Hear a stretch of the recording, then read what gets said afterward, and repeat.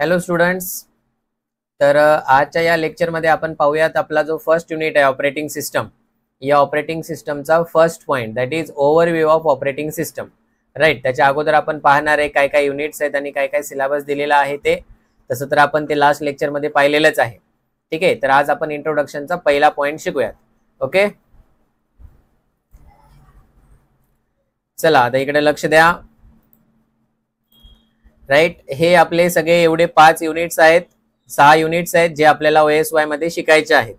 ठीक आहे, आणि त्याच्या प्रत्येकापुढे त्याचं वेटेज वगैरे दिलेलं आहे.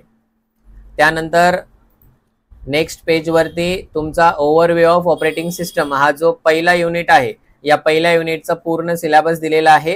हे प्रॉपरली नोटबुक वरती लिहून घ्यायचं. राईट, आजपासून चालू झालं समजा तुमचा अभ्यास, लिहायला पण सुरुवात करा.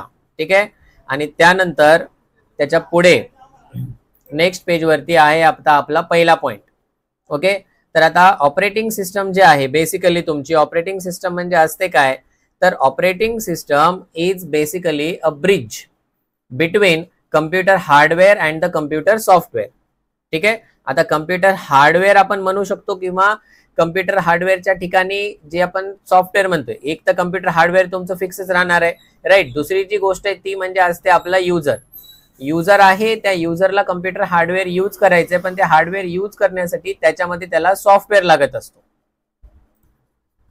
ओके, तर इकडे लक्ष द्या. आता आहे काय आपल्याकडे की इकडे आपला कम्प्युटरचा हार्डवेअर असणार.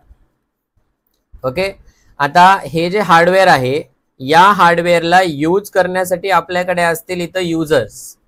राईट, या युजरला हा कम्प्युटरचा हार्डवेअर यूज करायचा आहे, बट युजर हे काम डायरेक्टली नाही करू शकत. तर या दोघांच्या मध्ये इंटरमिडिएट म्हणून, मीडिएटर म्हणून काम करत असते आपली OS, that is our operating system. ठीक आहे, आता या ऑपरेटिंग सिस्टमच्या मध्ये, ठीक आहे, आता कन्सिडर करूया आपण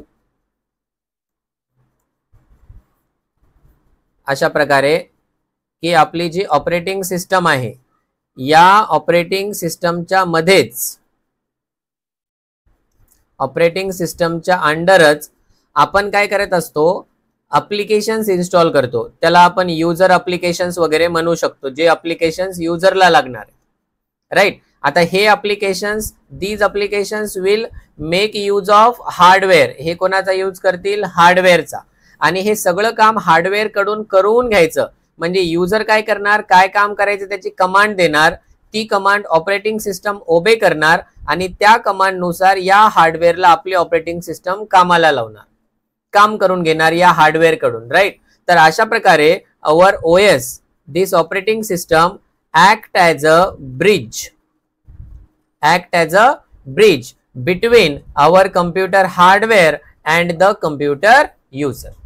कम्प्युटर हार्डवेअर आणि कम्प्युटर युजर या दोघांच्या मध्ये ती काय काम करत आहे, ऍज अ ब्रिज म्हणून काम करत असते.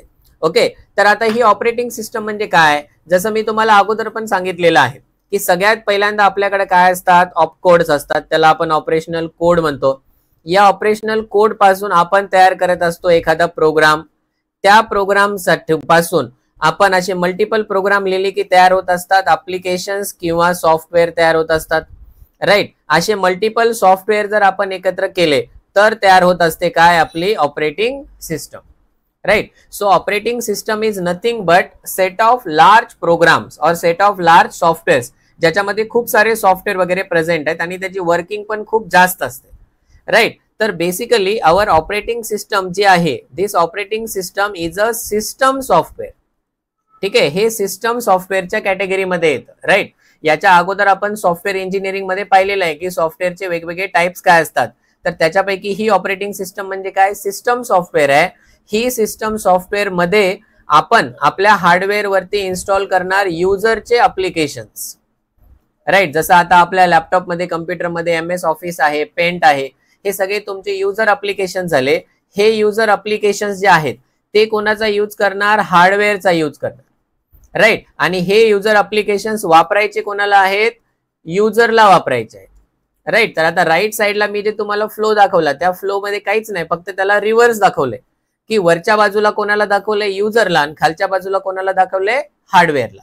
आणि इकडची जी डायग्राम आहे याच्यामध्ये वर आपण हार्डवेअरला दाखवले, खाली आपण युजरला दाखवले. याच्याने काही फरक पडत नाही, फक्त एवढं समजून घ्या की this system software is nothing but our operating system and this operating system act as a bridge between user and the hardware. Okay, बघा आता इथे काय दिलेलं आहे ते काय म्हणताय, operating system is a type of system software. हे एक सिस्टम सॉफ्टवेअर आहे, right. And it is impossible to start. Start म्हणजे काय, बूट करणं. एनी मशीन म्हणजे any computer without OS. OS शिवाय आपण कोणत्याही मशीनला स्टार्ट वगैरे करू शकत नाही, ते फक्त सेफ मोड मध्ये स्टार्ट होत असते. Okay, so OS is a bridge between, कशा कशाच्या मध्ये ब्रिज असते, computer hardware and the user. Computer hardware आणि युजरच्या मध्ये काय आहे, ओएस म्हणजे एक ब्रिज आहे, राईट. ओएस असे खूप सारे कामं परफॉर्म करते आणि हे जे त्याचे ओएस चे इम्पॉर्टंट फंक्शन्स आहेत, हे फंक्शन्सच आपल्याला पुढे जाऊन ऍज अ युनिट म्हणून शिकायचे आहे, राईट. तर आता हे ओएस चे वेगवेगळे फंक्शन्स काय आहेत, प्रोसेस मॅनेजमेंट. आपल्या कम्प्युटरमध्ये एकापेक्षा जास्त प्रोसेस असतात, राईट.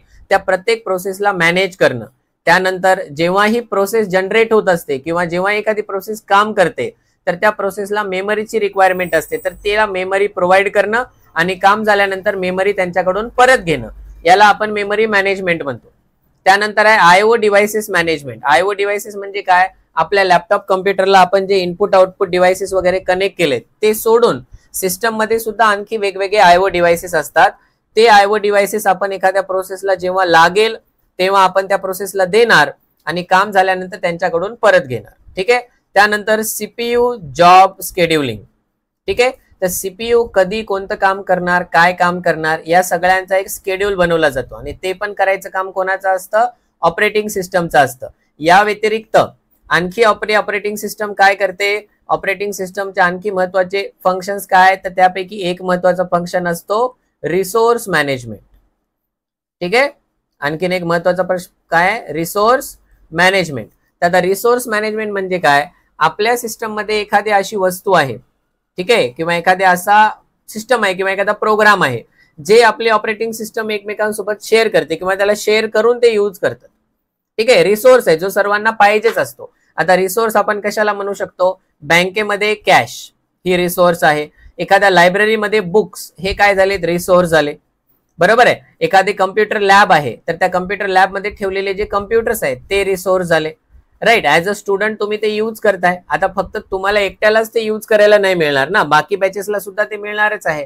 तर त्याला आपण म्हणत असतो रिसोर्स मॅनेजमेंट. पुढे आणखी आपण या कन्सेप्ट डिटेलमध्ये पाहूया. ओके. त्यानंतर आता वेगवेगळे एक्झाम्पल्स, ऑपरेटिंग सिस्टमचे काय काय वेगवेगळे एक्झाम्पल्स आहेत सगळ्यांना माहितच आहे.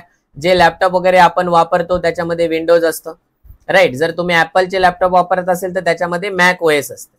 ठीक आहे. त्यानंतर विंडोज सारखीच आणखीन एक ओएस आहे लिनक्स, राईट. आपण जे फोन वापरतो त्यामध्ये अँड्रॉइड आहे, जे आयफोन वापरतात त्याच्यामध्ये iOS असते. तर अशा प्रकारचे वेगवेगळे ऑपरेटिंग सिस्टमचे एक्झाम्पल्स अवेलेबल आहेत. ओके. याच्यानंतर आता पुढे पाहूयात आपण की कंपोनंट्स ऑफ ऑपरेटिंग सिस्टम किंवा कंपोनंट्स ऑफ कम्प्युटर सिस्टम, की एका कम्प्युटर सिस्टमचे काय काय कंपोनंट्स असतात. ठीक आहे. इथं ऑपरेटिंग सिस्टमला डिफाईन केलेलं आहे. बघा कसं डिफाईन केलंय, OS act as an interface between user and hardware, ज्याला आपण वर ब्रिज म्हणलं होतं, आता इथं शब्द दिलाय त्यांनी इंटरफेस म्हणून, right. Both are same, you can replace them. And one of the computer and also control the execution of application program. काल सिलेबसचा जो व्हिडिओ टाकलाय त्याच्यामध्ये सुरुवातीला त्या रॅशनल पॉइंट मध्ये ही डेफिनेशन दिलेली होती पहा.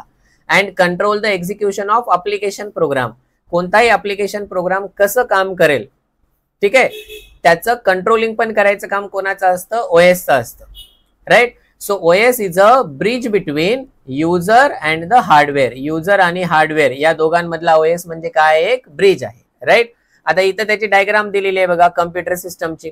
काय काय सांगितलं त्याच्यामध्ये, की इथं तुमची कम्प्युटर सिस्टम आहे, राईट. ही तुमची कम्प्युटर सिस्टम आहे, राईट. म्हणजे हे तुमचं कम्प्युटरचं हार्डवेअर झालं आणि या हार्डवेअरला वापरण्यासाठी one or more than one users इथं अवेलेबल आहेत, राईट. आता हे युजर या हार्डवेअरला डायरेक्ट कॉन्टॅक्ट करू शकत नाहीत, राईट. डायरेक्टली त्याला यूज करू शकत नाहीत.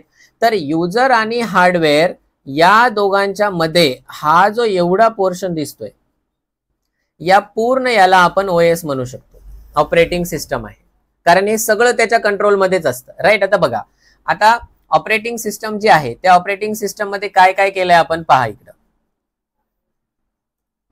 राईट. ही तुमची इथं ऑपरेटिंग सिस्टम दिसते. या ऑपरेटिंग सिस्टमवर काय काय टाकलंय आपण, सिस्टम अँड ऍप्लिकेशन्स प्रोग्राम आहेत, ते पण कशावर इन्स्टॉल केलेत आपण, ओएस मध्येच इन्स्टॉल केलेत. आता सिस्टम अँड ऍप्लिकेशन प्रोग्राम, वेगवेगळे प्रोग्राम्स कसे असतात, तुमचे कंपायलरचे प्रोग्राम्स असतील, तुमचे असेंबलरचे प्रोग्राम्स असतील, टेक्स्ट एडिटर प्रोग्राम्स असतील, डेटाबेसचे प्रोग्राम्स असतील, काही युजरचे पण ऍप्लिकेशन्स असतील, जसं MS ऑफिस वगैरे दिलेलं आहे. राईट. तर असे मल्टिपल प्रोग्राम्स इथं अवेलेबल आहेत, मल्टिपल ऍप्लिकेशन्स इथे इन्स्टॉल केलेत. आणि या प्रत्येक ऍप्लिकेशनला कोण यूज करताय, वेगवेगळे युजर्स यूज करतायत. राईट. तर आता हे जे युजर्स आहेत या प्रोग्राम्सला यूज करतात. हे प्रोग्राम्स कशामध्ये आहेत, तर ओएस मध्ये आहेत.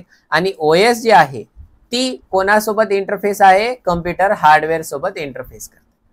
ओके. तर अशा पद्धतीने these are called as 4 components of computer system or OS.